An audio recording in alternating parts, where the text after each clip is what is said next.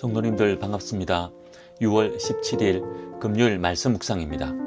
오늘 묵상 본문은 사무엘상 25장 23절에서 마지막 44절 말씀입니다. 주말 묵상 본문을 먼저 말씀드리고 오늘 본문을 살펴보겠습니다.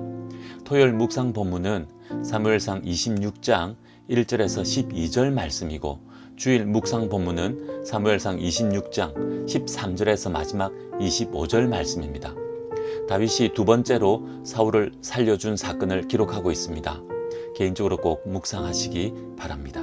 그럼 오늘 묵상 본문으로 돌아와서 나발의 모욕으로 분노한 다윗은 사람들을 데리고 나발을 죽이려고 올라오고 나발의 아내 아비가일은 이 소식에 급히 양식을 준비하여 다윗에게로 내려가다가 서로 만나게 됩니다.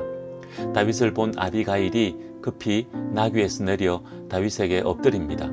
오늘 본문 23절에서 31절 말씀입니다.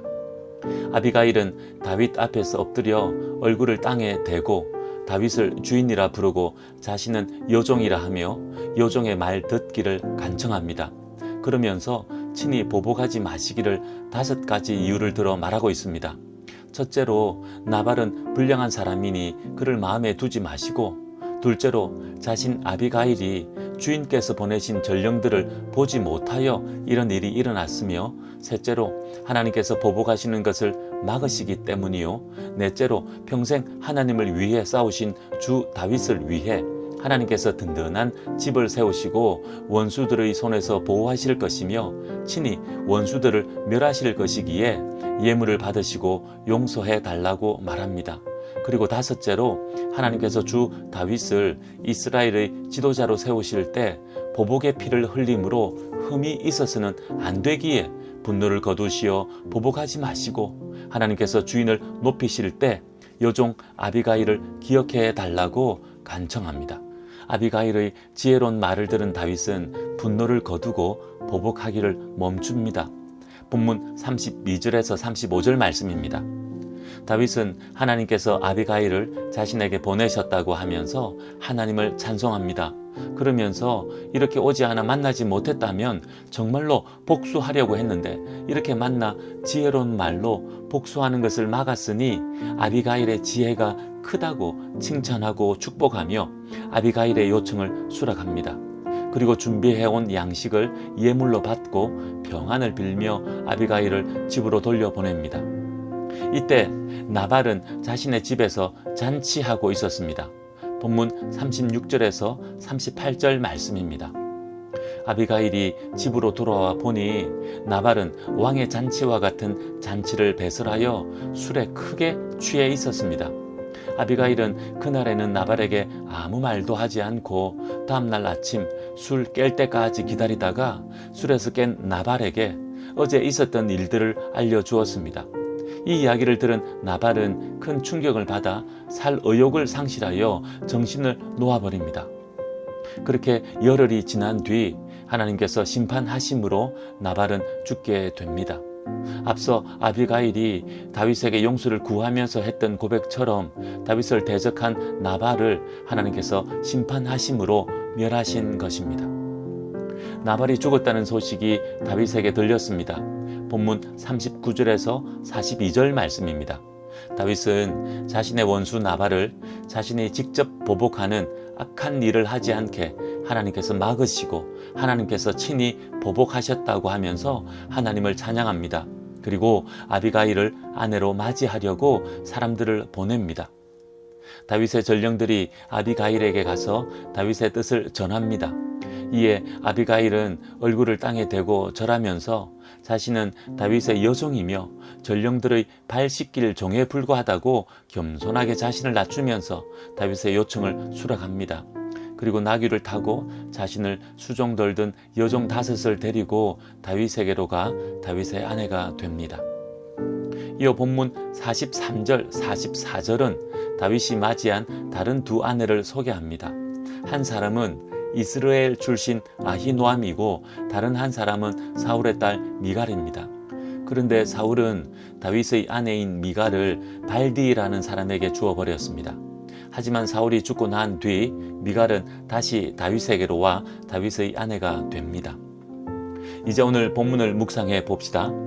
오늘은 집안을 구하고 다윗도 죄악에서 구한 아비가일에 대해 묵상해 봅시다. 오늘 본문을 보면 아비가일은 다윗 앞에서 남편 나발을 흉보고 욕하는 것 같습니다. 그리고 남편을 사랑하지 않고 죽기만 바라는 것 같기도 합니다. 외간 남자 다윗에게는 지나치게 공손하고 친절한 것 같기도 합니다. 그래서 나쁜 아내, 나쁜 여자인 것처럼 보이기도 합니다. 그런데 정말 그렇습니까? 아닙니다. 그렇지 않습니다. 아비가일이 다윗 앞에서 남편을 욕한 것은 다윗의 마음을 풀어 남편과 집안을 지키기 위함이었습니다. 그리고 외간 남자 다윗에게 공손하고 친절하게 대한 것은 두려움도 있었겠지만 다윗이 누구인지를 알았기 때문입니다. 하나님께서 사울 다음으로 이스라엘의 왕으로 세우실 분이라는 것을 알았기에 하나님의 뜻에 따라 그렇게 한 것입니다. 남편 나발이 죽은 것도 아비가일이 다윗의 보복 계획을 알려주어 충격받아 죽은 것이 아닙니다. 아비가일은 오히려 그렇게 알려주어 남편이 다음에는 그런 어려움을 당하지 않게 하려고 했던 것입니다. 하지만 하나님께서 나발을 심판하심으로 그가 죽게 된 것입니다.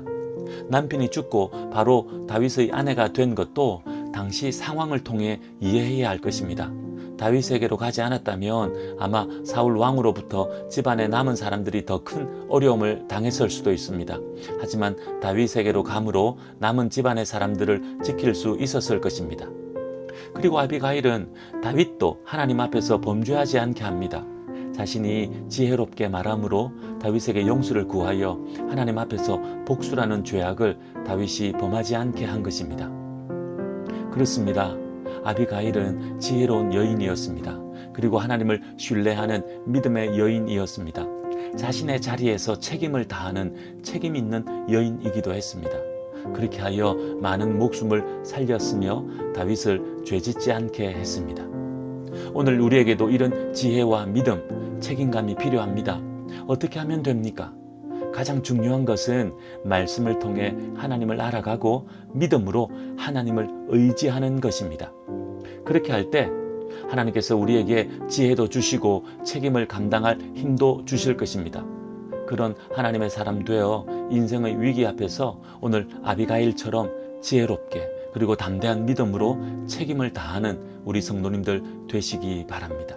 그런 우리들을 통해 많은 이들이 주님께로 나올 것이며 하나님의 은혜가 부어질 줄 믿습니다. 기도하겠습니다.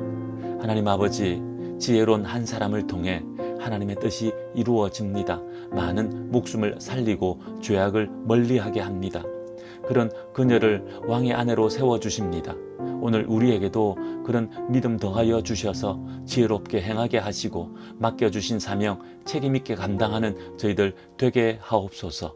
그렇게 살게 하셔서 하나님의 은혜 누리게 하옵소서. 예수님의 이름으로 기도하옵나이다. 아멘. 오늘은 다음 세대와 우리 자녀들을 위해 기도하는 날입니다. 다음 세대와 우리 자녀들도 하나님이 주신 믿음 가지고 세상에서 지혜롭게 행하고 맡겨주신 사명 책임있게 감당하는 자들 되게 해달라고 간절하게 기도하는 오늘 하루 됩시다. 오늘도 믿음으로 승리하십시오.